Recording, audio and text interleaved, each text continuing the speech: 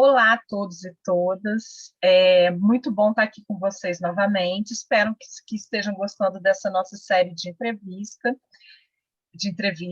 Essa é a nossa quarta e última entrevista, e a entrevistada de hoje é Amanda Machado, que é escritora e vai contar um pouco da relação dela. Primeiro, eu queria que você se apresentasse, Amanda, falando da sua formação profissional, da sua atuação profissional e também da sua relação com a leitura e a literatura. Muito bom estar aqui com você. É ótimo, é um prazer estar aqui também e conversar um pouco com vocês, né? Tem mais de uma pessoa. E começar a me apresentar, quer dizer, a primeira coisa que você já falou, sou escritora, entre outras coisas. Talvez a minha identidade assumida mais recentemente é essa, mas eu tenho uma trajetória anterior à escrita. Talvez a escrita tenha sido anterior a essa outra trajetória, mas essa outra trajetória ela foi mais pública, então ela acaba tendo uma maior relevância, né? Eu sou graduada em turismo a princípio, não atuei muito na área, mas eu durante a época da graduação em turismo pela UFJF, né, que eu me graduei, eu fazia projetos de educação, trabalhava com projetos de educação patrimonial. E nesse momento, talvez, a educação tenha entrado para mim profissionalmente, né? A educação, para mim, é um assunto, é um campo de muito conflito, desde muito jovem, né? Desde a primeira infância, talvez, logo que eu comecei na escola, foi um lugar muito difícil, né, para mim. E, e depois eu vim me reencontrar com ele anos depois, então, quando eu fazia graduação fora da escola, mas ligada à educação. Depois eu fiz uma especialização na área de comunicação, até porque tinha muito, né, tinha muitas semelhanças com o campo do turismo e era algo que eu gostaria de estudar e talvez trabalhar. Não fui para esse campo. Anos depois, né, alguns anos depois, eu voltei para a universidade, né, para a Universidade Federal de Juiz de Fora, e me graduei em pedagogia. Aí sim, uma escolha mais consciente e um atendimento a uma vocação, não sei, na verdade não uma vocação, que eu não acredito nisso, mas na verdade um anseio mesmo de uma curiosidade, de, né, tentar resolver os conflitos que eu sempre tive com a escola através da educação, que é um campo que eu sempre gostei, eu só não gostava mesmo era da escola, assim, né, a minha dificuldade. Depois eu me especializei, logo depois que eu terminei a graduação, eu fiz uma especialização na UFJF também, em relações de gênero e sexualidades, que é uma área que eu gosto bastante de trabalhar, né, na escola, é um lugar também que eu acho que é um debate muito rico. E aí eu trabalhei em sala de aula, né, como docente dos quintos anos, e atualmente eu trabalho na rede estadual, né, na rede pública, como especialista em educação básica, então eu estou na supervisão pedagógica. Essa é a minha trajetória oficial. Mas durante esse tempo, e antes disso, desde, eu não sei te dizer quando eu comecei a escrever, mas enfim, quando eu comecei a escrever de uma maneira mais organizada e pública, foi em 2011, então vai fazer 10 anos, né, esse ano, que quando eu criei um blog, porque eu queria muito escrever e no meu trabalho não requisitava o tipo de escrita que eu gostaria de fazer, que era uma escrita mais literária, enfim. E aí eu criei o blog e eu comecei a escrever. Alguns anos depois, eu fui contactada por uma editora que tinha interesse em publicar os textos que eu escrevia no blog, e aí eu comecei a publicar, lancei meu primeiro livro, e aí depois eu me inscrevi para alguns outros editais e publiquei o segundo, o terceiro, e agora publicarei o quarto esse ano. Ô, Amanda, então vamos lá tentar fazer uma linha do tempo. Primeiro, então, Uhum. em 2011, você lança um blog. Como que é o nome Isso. desse blog? E se você já tinha esse objetivo, assim, de ser lida além de você, de outras pessoas te lerem? Eu acho assim, talvez não tão conscientemente, assim, eu não, elaborei, eu não me planejei para isso, mas eu tinha essa vontade.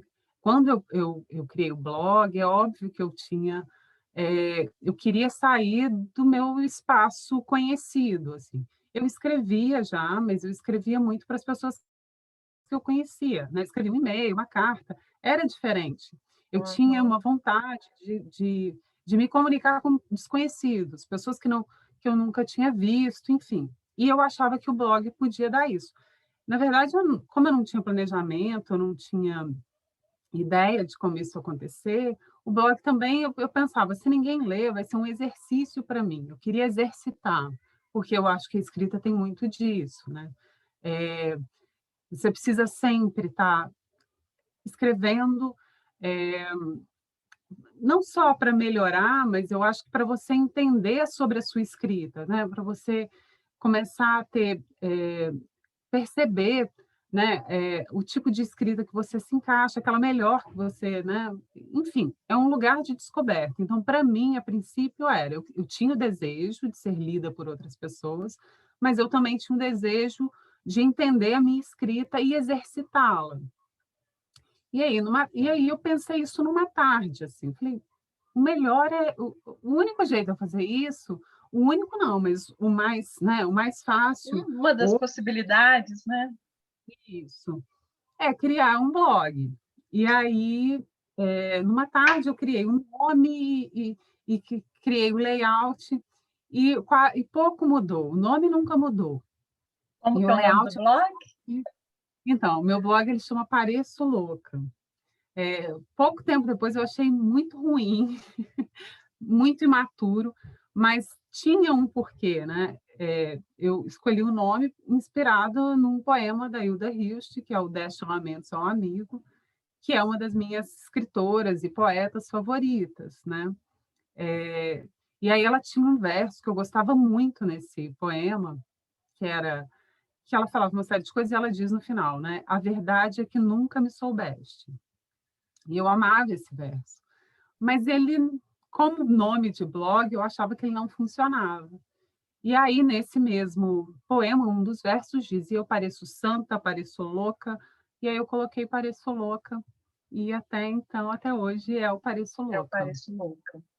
Isso. E sobre o que você escreve e quais são as suas inspirações, além de uma que você já falou, que é a escritora Hilda Hilst? Então, os assuntos, assim, na verdade, são assuntos muito cotidianos, assim, né, São uma são espécie de assuntos crônicas, né? são sim, se puder encaixar em alguma coisa, Algum algumas pessoas gênero literário. algum gênero, algumas pessoas encaixam, em geral, crônicas, às vezes um ou outro Com se encaixa mais em conto, mas né, mais ou menos dentro disso, assim. E os assuntos, então, eles fazem parte do meu cotidiano, né, da minha vida, assim. Eh, Como aquela poeta inglesa, né, eu escrevo sobre a minha ilha, eu escrevo sobre o lugar que eu conheço, assim. E aí é uma perspectiva talvez um pouco mais, lírica ou poética sobre acerca de coisas cotidianas mesmo. E as minhas inspirações, quer dizer, é difícil porque às vezes a gente fala inspiração e as pessoas: "Então você escreve como fulana?". Não, assim, são leituras que eu sempre fiz e que eu sempre admirei, né. Porque Uma antes de delas ser é escritora, a gente pode dizer que você também é uma boa leitora, você gosta de ler. muito A mais que leitura está escrever. na sua vida, sim, Sim, cotidiana. e eu acho que a escrita só pode surgir para mim, né, ela só pôde surgir a partir da leitura. Então, eu sou muito antes de uma escritora, eu sou uma leitora. Eh, a escrita eu não sei se ela vai estar na minha vida sempre, assim, para sempre. Tem estado e eu tenho gostado muito, mas a leitura eu tenho certeza, assim, a única é o prazer ou a minha existência ela passa pela leitura, assim, eu sei que essa é para sempre. Então, das minhas inspirações literárias, além da Hilda Hilst, tem uma que todo mundo às vezes cita, que é a Clarice Lispector, mas a Clarice Lispector, para mim, ela foi e continua sendo uma grande inspiração. É uma, né, escritora que eu gosto muito. Outro também, o Machado de Assis, assim, é um clássico, mas é um clássico ao qual eu fui apresentada e eu nunca. é, e para mim ele sempre parece atual, né? Os debates, os assuntos que o Machado traz, o Machado de Assis, eles me parecem sempre muito atuais, assim, muito relevantes, que são assuntos sobre sociedade, enfim, tipos humanos. Eu gosto muito. E aí tem uma série, porque eu também gosto muito de poesia, né? Embora eu não escreva poesia, eu gosto muito. Então tem a Cora Coralina, que é uma escritora, né, que foi descoberta já mais velha, né? A sua escrita, ela publicou mais idosa, enfim, e que eu gosto muito também. E aí tem uma série, tem também literatura, né, estrangeira, Virginia Woolf, que eu também gosto muito, leio bastante. E tem algumas outras, tipo Jane Austen também, né, que eu também gosto. Enfim, posso falar Amanda, aí. você citou aí algumas, né, mulheres muito importantes para a literatura, né? Citou também Machado de Assis, enfim. E aí, quando eu fui construindo a disciplina Literaturas e Educação, toda semana a gente apresenta um autor homenageado. E aí, quando eu fui voltar hoje para ver o percurso da disciplina até agora, é, sem querer ou querendo, porque a gente acaba partindo um pouco do gosto da gente. Né? Essa Uhum, disciplina, diferente de outras disciplinas que você tem um conteúdo muito sério a seguir, essa disciplina ela está caminhando muito pelo prazer e até pelas minhas memórias de leitura. E uhum, aí eu fui perceber que os homenageados, na verdade, são homenageadas, porque a maioria, a gente vai entrar na 12ª semana, e, se eu não me engano, até agora 10 mulheres foram homenageadas, e só 2 homens. E, que e, ótimo. e o que a gente percebe é que, fora dessa disciplina, no mundo, né, a gente tem muitos autores que são clássicos, que são conhecidos, que são divulgados, e o espaço para a literatura feminina, ele, de certa forma, vem nascendo agora. Sempre existiram escritoras Uhum, femininas, isso é importante, né, registrar. Desde lá, por exemplo, eu conto na disciplina a história um pouco da literatura infantil universal, e aparecem 3 homens importantes, que são, na verdade, 4, os irmãos Grimm, o Perrault e o Andersen, né, que escrevia uhum, os contos lá, o Patinho Feio, a Pequena Sereia e outros. Mas a gente sabe que tinham várias mulheres que também contavam histórias e que não foram registradas. A gente sabe, uhum, inclusive, né, por exemplo, a primeira versão de Frankenstein saiu com o nome do marido da Mary Shelley, que é a autora uhum, original. Porque até uhum, pouco tempo o ofício da escrita não era registrado por mulheres. Eu estou te perguntando uhum. isso porque na sua especialização você trabalhou um pouco essa questão. Então, eu queria que você comentasse desse espaço que tem surgido, né, das mulheres que sempre escreveram, mas de uma visibilidade das mulheres na literatura atualmente. O que você percebe? Então, acho assim, até dizer que o espaço tem surgido, não. A gente lutou muito por ele. É um espaço muito que a gente buscou muito. Digo a gente, autoras, né? Mais do que isso, mulheres, leitoras também. As leitoras também, eu entendo que as leitoras também desejavam ler coisas escritas por mulheres, né? No meu trabalho, né, de final de curso de relações de gênero, eu falo sobre o agenciamento das editoras feministas. Eu tive dos 4 livros que eu tenho até hoje, né, dos 3 livros, na verdade, 2 são de, de editoras feministas, né, que têm esse viés. E eu entendo assim que essas editoras elas surgem para num sentido mesmo de reparar historicamente uma dificuldade que a gente tem. Não é porque o mundo mudou, e, enfim, as mulheres conquistaram o mercado de trabalho, uma série de direitos que a gente não tinha, mas não é por isso que hoje é mais fácil, ainda não é fácil, né? Durante a minha pesquisa para escrever esse artigo, eu pesquisei, por exemplo, tem uma professora da Universidade de Brasília, que ela pesquisa, que ela fez assim, né, um histórico mesmo sobre os romances da literatura brasileira. E é brutal assim, o número de escritores homens, por exemplo, que ganham, que são premiados ou que são os mais vendidos, e isso é muito reflexo do trabalho das editoras, assim, né? Delas fazerem a publicidade, delas, né, trabalharem com os seus autores homens e acreditarem um pouco menos nas mulheres. E acreditam um pouco menos porque nós, né, temos menos espaço e aí nós publicamos menos, e, enfim, aí é um ciclo, né? E aí essas editoras elas vêm nesse sentido, assim, de publicar bons trabalhos, né? Não é só porque é mulher, a gente passa por uma seleção e são assim, toda a seleção, todo o edital que sai, né? Assim, às vezes também já participei de algumas coletâneas, né? Dividindo um livro com outras autoras. E são muitas inscritas. E geralmente esses editais eles saem assim, já você precisa já ter algo escrito.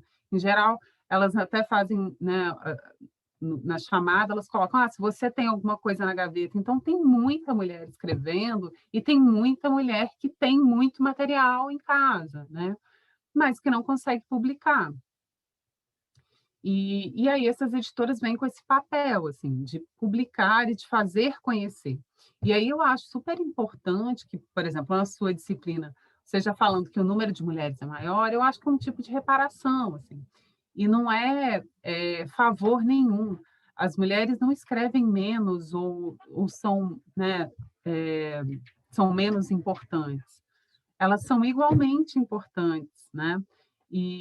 E aí, quando a gente tem esse espaço de divulgação, a gente tem esse espaço, né, para mostrar o trabalho, e as mulheres também se conhecerem através, porque é uma coisa também que eu falo sempre, é muito diferente você conhecer uma personagem feminina a partir de um olhar masculino, né? É diferente quando você compreende, né? Não digo que é melhor ou pior, mas é diferente. É diferente quando uma mulher escreve sobre uma mulher. E ainda tem isso, porque muitos livros, muitos romances escritos por mulheres, elas retratam homens ainda, né? Porque historicamente romances com protagonistas homens às vezes chamam mais atenção, né? São os mais vendidos, e a gente aprende assim também. Enfim, é uma série de questões que eu acho que a educação ela rompe com isso. Por exemplo, na sua disciplina, você apresentar autoras mulheres, na sala de aula, a gente apresentar autoras mulheres, autoras negras, né? É toda uma questão de levar o nosso leitor conhecer, assim, que parte muito do nosso desconhecimento. A gente, às vezes, compra o que já está mais vendido, é o que a gente compra. O mais conhecido é o que a gente também conhece, né? E aí eu queria aproveitar justamente para falar dessa questão também do mais conhecido. Na semana Uhum, passada, eu entrevistei a Juliana Magaldi, que você também conhece, que é uma uhum, autora independente, que ela, uhum, né, ela já publicou, acabou de publicar um romance que, basicamente, ela que bancou o romance, né, ela fez com que saísse, não saiu por editora nenhuma, e ela tem um apoio muito grande de grupos de outros autores e outros, digamos assim, admiradores do tipo de literatura deles que vai acompanhando. uhum, Você também é uma autora que não está ligada a nenhuma editora, que, de certa forma, é também uma autora independente, mas que seus livros foram publicados por editoras uhum, menores, né? E aí eu uhum, queria que você comentasse, desde o primeiro livro, como que é esse processo de chegar às editoras? Você falou aí dos editais. Como são esses Uhum. editais, né? Como que foi o convite para a primeira publicação, a partir da leitura do blog, enfim, é, falasse um pouco desse processo, que é bem diferente do que a gente viu na semana passada com a Juliana. Uhum. Então, quando eu comecei, né, já tinha um tempo que eu escrevia no blog, e eu escrevia, né, com uma certa, regularidade, enfim. E já entendo até que os textos já estavam um pouco mais maduros, né, porque eu já estava testando há mais tempo. Aí algumas pessoas quem me lia, quem eu sabia que me lia, eram as pessoas minhas amigas, né, as pessoas que me conheciam. Eventualmente, no blog, tem um espaço lá no blog sempre teve um espaço de comentário, mas é muito raro alguém comentar. Eu vou Embora quando só para eu vou colocar o link do seu blog para o pessoal que quiser legal, acessar poder conhecer, tá? tá ótimo. Então, mas é muito raro os comentários em blogs. Isso não só no meu, não. Isso é muito comum. Eu já tinha visto isso em outros blogs também, que as pessoas não comentam muito. E aí, algumas pessoas próximas, né, a mim, então, que conversavam e tal, falavam sobre, diziam: por que que você não tenta publicar por esses editais de incentivo à cultura, enfim. Mas eu não me sentia segura, assim, eu sabia que eu escrevia no blog, mas eu eu assumi que eu queria um livro, eu achava demais. Inclusive pelo respeito que eu tenho, assim, antes de tudo eu sou uma leitora, e eu sou uma leitora exigente, e eu não me sentia ainda, né, capaz, ou não sabia nem se um dia eu ia ser, assim, tinha muito medo, mas o medo era de respeito mesmo. Então eu não me sentia, segura o suficiente para apresentar nada para ninguém, assim. Embora fosse público, tá lá para quem quiser ler. Eu não tinha coragem de juntar aquilo e oferecer para uma editora e dizer: "Olha, o que que vocês acham?". Eu, né, não me sentia segura para isso.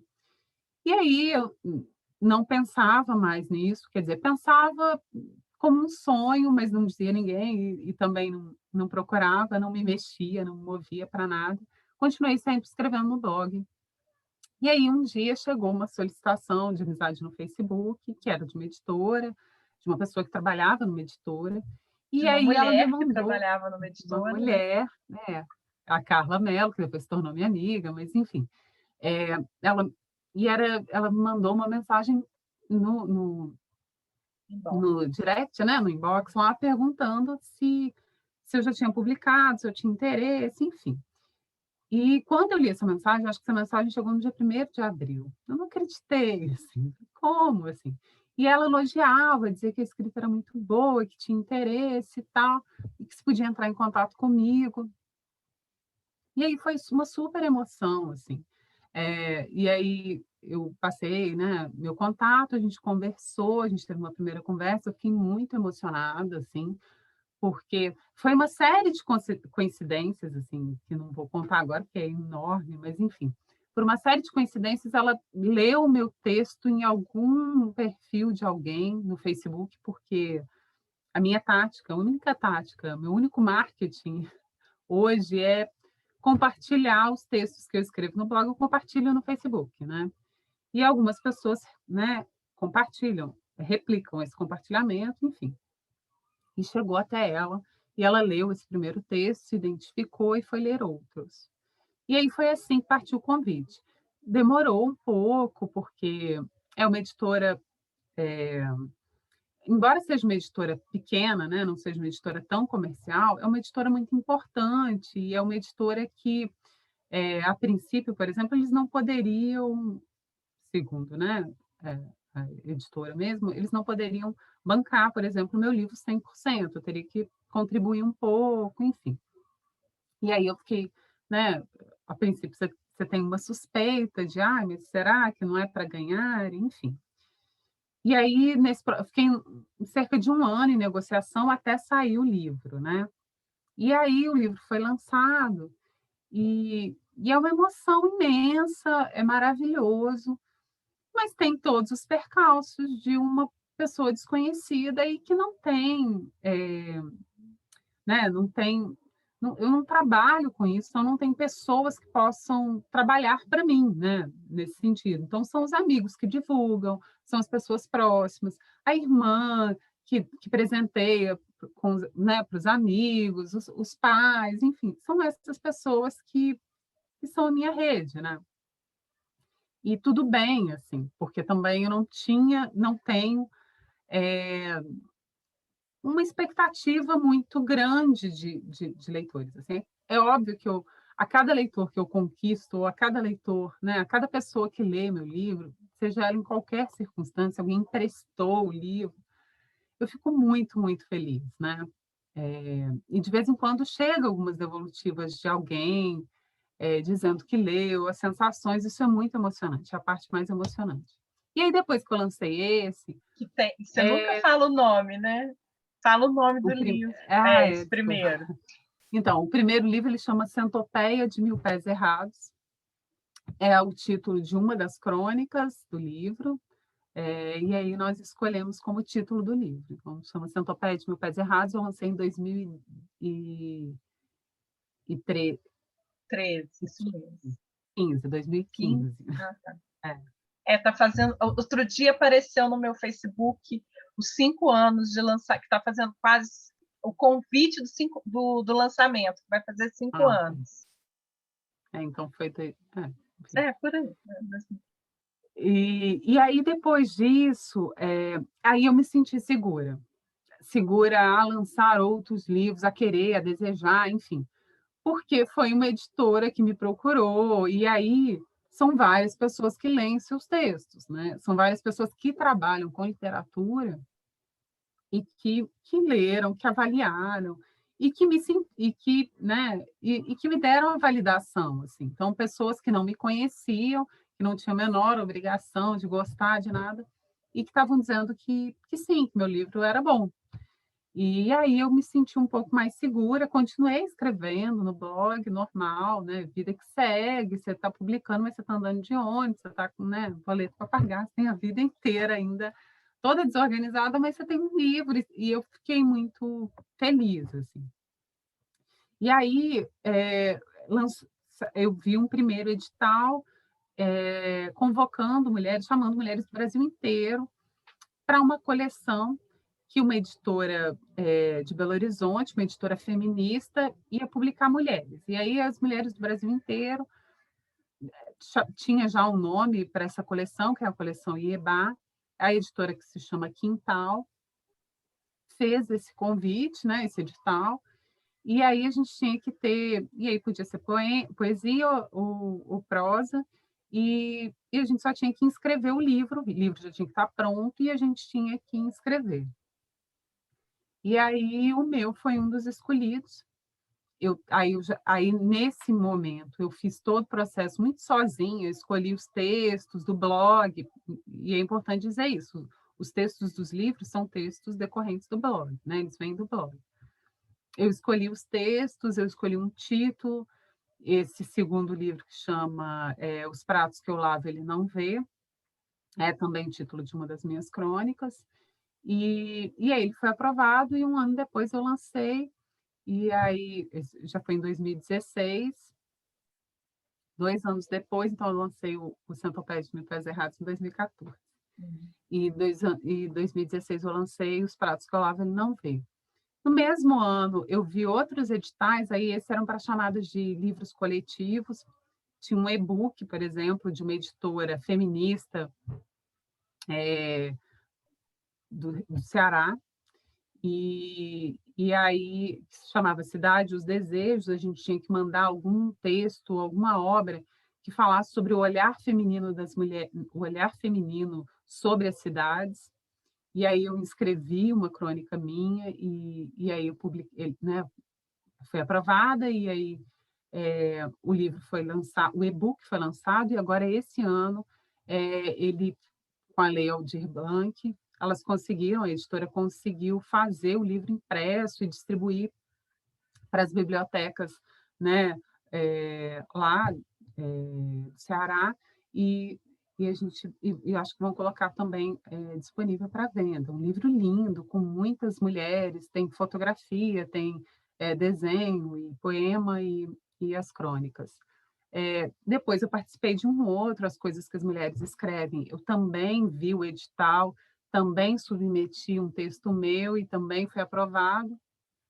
E esse foi lançado no final de 2016, eu acho, também. E depois eu vi um outro edital, e aí a gente vai ficando assim. Eu continuo escrevendo no blog normal, mas continuo vendo, né, a possibilidade de publicação. Em 2019, eu vi uma chamada para publicação também, e aí também era um livro inteiro, eu já tinha que estar com ele pronto, e título, enfim. E aí eu me inscrevi. E aí a temática nesse era mais voltada também para o feminismo, né, para as questões femininas. E aí eu inscrevi um livro que se chama Muito Magra para Ter um Filho, Muito Gorda para Ter um Homem.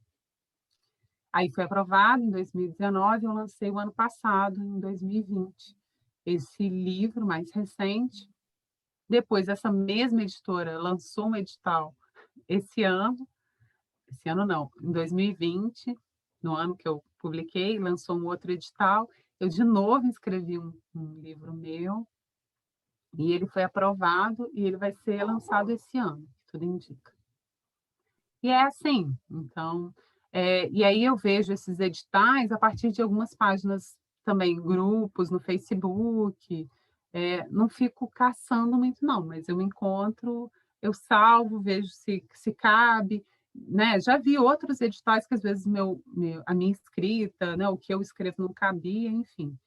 Aí eu não, mas aí eu analiso se é interessante ou não, e é importante dizer que as editoras elas cobrem 100%, né, dos custos de publicação. Então, tirando o primeiro, com os outros você não teve gasto. Não. O que você é como se você investisse o que você receberia, né, como da obra, assim, você investe, você não investe dinheiro, Você mas também não você teve também lucro, né, com eles. não, não. Tem Mas uma as pessoas, participação pequena, mas tem. o seu lucro é ver as pessoas lendo o seu livro, assim, Claro, saber que claro, elas estão claro. lendo. Ô, Uhum. Amanda, a gente já está chegando ao fim da entrevista, e aí, durante a disciplina, a gente também pode conversar muito sobre as nossas memórias de leitura. Assim, Uhum. por que você começou a ler? Quando você começou a ler? Qual é a primeira leitura que você se lembra de ter feito e tal? E foram momentos assim que eu senti, né, lendo os fóruns e a participação de todos os alunos e todas as alunas, um momento quase que de saudade, assim, e uma Uhum. saudade gostosa. E aí eu queria que você terminasse dizendo assim, antes de você fazer a leitura de um trecho dos seus livros, que você falasse assim da sua memória de leitora. Assim, o que você se lembra? Né? Qual que é uma coisa boa que você tem? Você disse que, por exemplo, quando criança não gostava muito de escola, mas Não. já gostava de leitura, a leitura, de certa forma, te salvava. Como que é isso? Então, assim, na verdade, eu escolhi um dos textos do meu primeiro livro, que retrata bem essa minha memória. Então, eu gostaria de lê-lo. Assim. Mas, primeiro, dizer que sim, que a leitura, para mim, ela, desde sempre, na verdade, eu sonhei em ler. Né? Eu sempre quis muito ler, por influência, porque tenho uma irmã, né? Minha Pode irmã. falar. Eu não apresentei Você. antes para não ficar uma coisa muito Aham. informal, mas a Amanda é minha irmã mais nova, né? E a gente sempre teve uma relação muito grande, né? Muito A próxima, as partir. duas. Aham. A gente é amiga e é irmã, né? Uhum. Ou é irmã e é amiga também. Mas eu quando eu aprendi a ler, para mim foi uma empolgação muito grande saber ler. Então, eu fazia Amanda de cobaia. Eu lia, eu queria ler em voz alta, eu queria público, e eu lia para Amanda. Assim. É porque ela era a única pessoa que ficava ali quietinha, Quietinha. deixando eu ler. Meu irmão não tinha essa É, paciência. Na verdade, ter uma pessoa leitora em casa, assim, é uma super influência, porque nem sempre as suas leituras eram o que me faziam querer ler. Na verdade, era você com o livro, era a minha inveja maior, assim. E aí, então, eu vou ler esse trecho, desse livro, que é o Centopeia de Mil Pés Errados, o meu primeiro lançamento, e que eu falo dessa memória, assim, de leitura, de o porquê. E aí ela chama, o título da crônica é Quando a Realidade Encontra um Sonho. Nem sempre o imaginado, quando se torna verdade, é tão bom quanto o sonho. Acontece. Acontece sempre. Sobrecarregamos um desejo de expectativas, de sensações guardadas para serem sentidas em um tempo prometido e o pesamos, tornando-o mais tarde um fardo incômodo, um pedaço grande demais de carne parado na garganta. Não há água no mundo que faça descer. O sonho era bonito, e quando realizado, não se parece em nada com o que era antes de nascer. E se segue com um filho não querido nos braços, ou se rejeita na primeira porta da rua. Mas às vezes, a realidade encontra um sonho. Abraça-o forte, sorriem juntos, e velhos companheiros assistem à felicidade de uma pessoa. Acontece também de a realidade poder ser tão plena quanto um sonho. Tive um sonho acalentado por anos, o de sentar na varanda da casa da avó com um livro no colo, lendo-o inteiro, sem paradas, sem dúvidas quanto ao sentido das palavras, entendê-lo todo de uma só vez, sem explicação de gente alguma. A varanda da casa tinha um muro baixo, portãozinho de meio corpo, e naquele muro eu sentaria. Achava que a imagem mais bonita do mundo era de uma pessoa com um livro. Ainda acho. E pensava nas vozes ao fundo, que não me tirariam a atenção, nas pessoas da estação desativada em frente à casa, que era como a praça do lugar. Servia como um centro de convivência de donas de casa, crianças, bêbados, mas nada tiraria minha atenção. Nada seria capaz de me fazer perder uma letra, uma palavra. Nada poderia me desviar de ser feliz, como no sonho. Nunca contei para ninguém a imagem que impulsionava minhas idas à escola, as leituras ensaiadas e cada palavra gaguejada, decifrada e finalmente compreendida. A vida passava a ter um único sentido.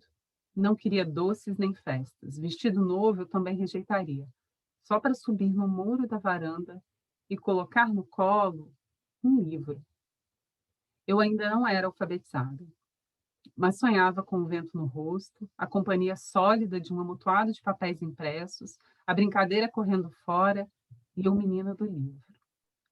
O sonho durou tanto quanto eles devem durar, até termos meios de poder realizá-los. Eu aprendi a ler. A mim pareceu uma infinidade de anos, mas não deve ter sido. Eu me preparei muito para a cena sonhada. Marquei dia, hora, livro, roupa e fui até a varanda da avó, emocionada, fingindo uma naturalidade que a ação não tinha. E hora nenhuma, ninguém, em lugar algum, me impediu de seguir o encontro daquele que, para mim, era a beleza maior de uma vida. Segui para o muro, sentei-me, recostei-me na pilastra escolhida há muito e abri o livrinho.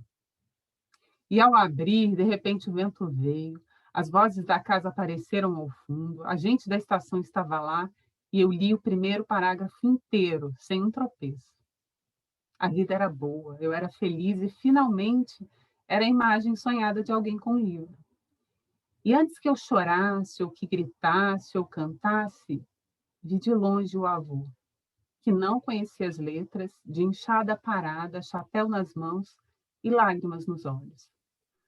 Quando eu levantei a cabeça, surpresa pela presença de uma testemunha não imaginada, o avô enxugou as lágrimas na manga da camisa, acenou e continuou a lida.